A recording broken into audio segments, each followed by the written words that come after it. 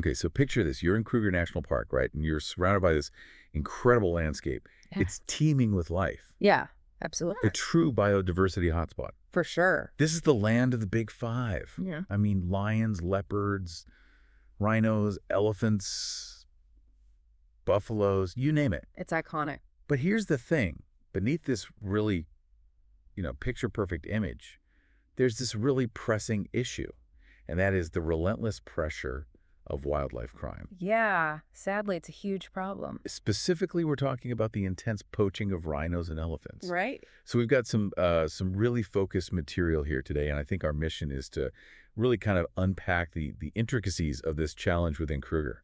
Yeah. Understand what's fueling it and explore the significant efforts that are underway to combat it. Absolutely. And to grasp the scale of this problem, I think we have to, look at the black market value of rhino horn. Right. It can fetch something between $66,000 and $82,000 US per kilogram. Per kilogram. Yeah. And that price, that's not just a number, that's a direct measure of the demand that's igniting this whole crisis. I mean, that's sometimes even higher than the price of gold. Yeah, for sure. Which is just mind-boggling. Absolutely. And this isn't a recent development, is it? No, it's not. The poaching of rhinos has been, it's been climbing alarmingly over the last few decades. Yeah, over the last few decades, it's seen a really sharp rise. Yeah, and the numbers paint a very stark picture. Back in 2013, Kruger lost over 520 rhinos to poachers.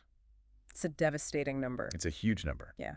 Now, more recently, we've heard some encouraging news, at least on a national level. Yeah, we have. Right. In 2024, South Africa saw a decrease in rhino poaching, overall about 16%. Okay. Which resulted in 420 rhinos killed compared to 499 the year before. Okay. So that does suggest that some of the broader strategies they're implementing might be gaining some traction. Right, which is positive. Yeah.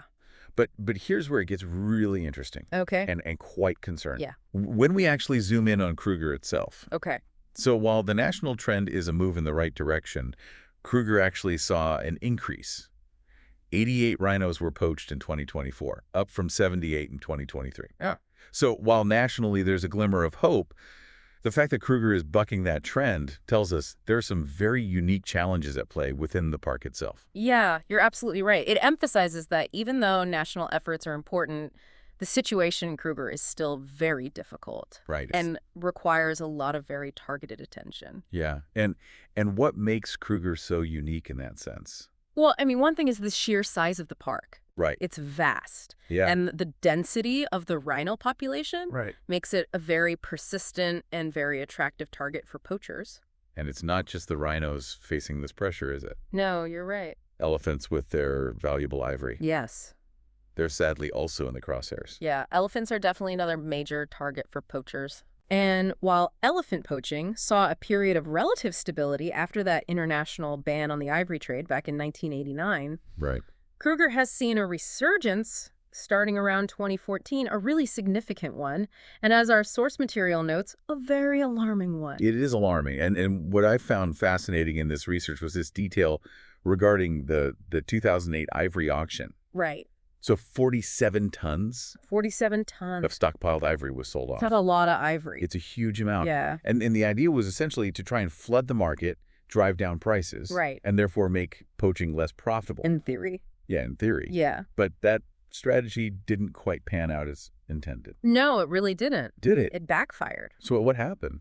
Well, it seems like the legal sale inadvertently created a parallel market Okay. and potentially even stimulated demand in some regions. Uh-huh. So it made it easier for illegally obtained ivory to be laundered and sold. So it kind of muddied the waters a bit. Yeah, it blurred the lines for consumers and for authorities as well. Right, so it's like this... It's this complex issue. It's really complex, and it's a stark reminder of the complexities of dealing with these illicit global trades. Absolutely. So against this backdrop of this intense poaching pressure, Yeah.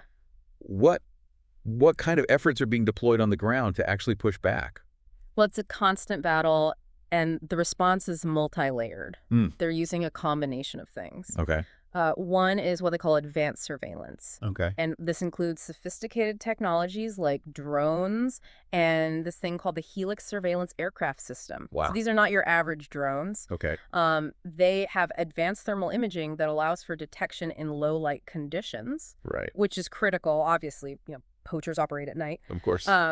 And they're proven to be quite effective. There were some successful missions back in June 2019 where they actually apprehended suspected poachers at night thanks to this technology. So it's like having a 247 watchful eye over these vast areas. Yeah, it's pretty incredible technology. It is incredible. But then on the other side, you've got these ranger patrols Right. who are on the ground every day facing real risks. And these rangers, I mean, they're really on the front lines, aren't they? Yeah, they are. They're directly confronting these individuals who are often very well equipped Oh, yeah. with night vision technology Yeah, and powerful rifles as well. absolutely. And these rifles, I mean, they're capable of quickly and fatally injuring large animals, so you can see the danger that these rangers face. Right. The figures from around 2012 are really sobering. Approximately 200 poachers were apprehended, Right. and tragically, around 30 were killed in skirmishes. Gosh. I mean, it's sobering to think about the human element in this fight.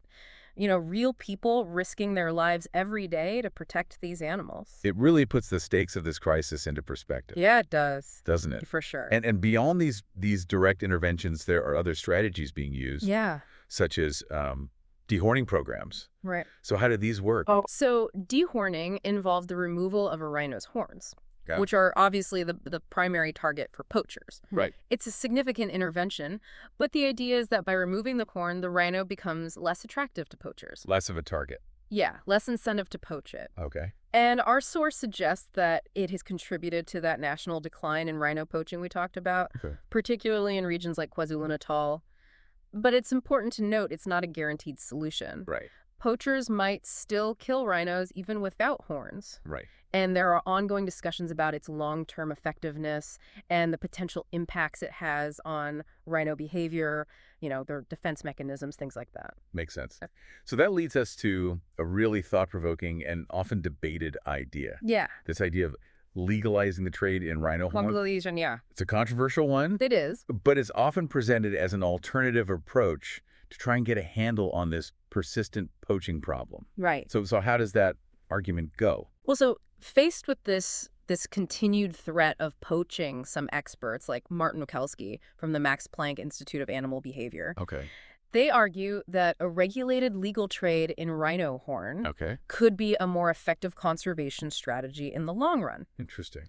The idea is that by creating a legal market where the horn could be sustainably harvested from live rhinos because it regrows, Right. you could potentially satisfy the demand. Oh. You could generate a revenue stream that could be reinvested in conservation Okay. and ultimately undermine the illegal black market by making poaching less profitable. So you're kind of taking the wind out of the sails of the illegal market? Exactly. Okay. So on the surface, that seems to make sense from like an economic standpoint. Right. But there's also very strong opposition to this idea. Oh, yeah, absolutely. From many within the conservation community. Yeah. What are their concerns? Their concerns are that legalizing the trade, even with strict regulations, Okay. could lead to an increase in demand for rhino horn overall, which would make enforcement even more challenging. Right.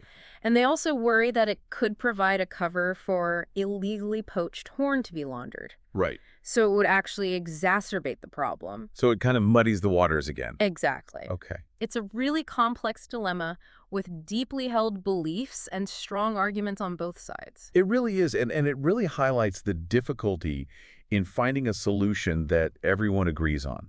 Absolutely. When you're dealing with something as complex as this, Yeah. And driven by high-value illegal markets, It's like tough. wildlife crimes. For sure. This deep dive into Kruger, I mean, it really has shown a light on just how multifaceted this challenge is. Absolutely. It's not just about law enforcement. It's about the economic incentives, Yeah. the on-the-ground conservation efforts, the technological advancements, Yeah, all of that. and then these policy and ethics debates. It's a whole web of interconnected factors. It is. That's for sure.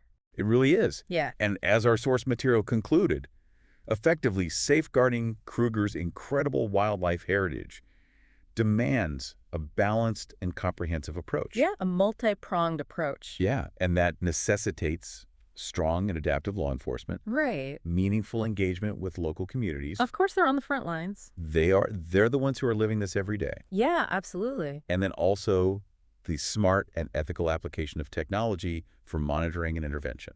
Yeah, and we can't forget the continuous discussions around policy options. Right, because it's an ever-evolving situation. Exactly. So it's unlikely that any single measure will be sufficient to address this problem on its own. That's right. It's going to take a combination of efforts. It is. Yeah. So as we wrap up this deep dive into the challenges facing Kruger, Yeah. it leaves us with a really critical question. Okay. We've seen that despite national progress in reducing rhino poaching, Right. and despite all these different anti-poaching strategies being employed, Yeah. Kruger itself has experienced an increase. So taking into account all the factors we've explored, the black market, the conservation efforts, The debates. the debates around legalization, Yeah.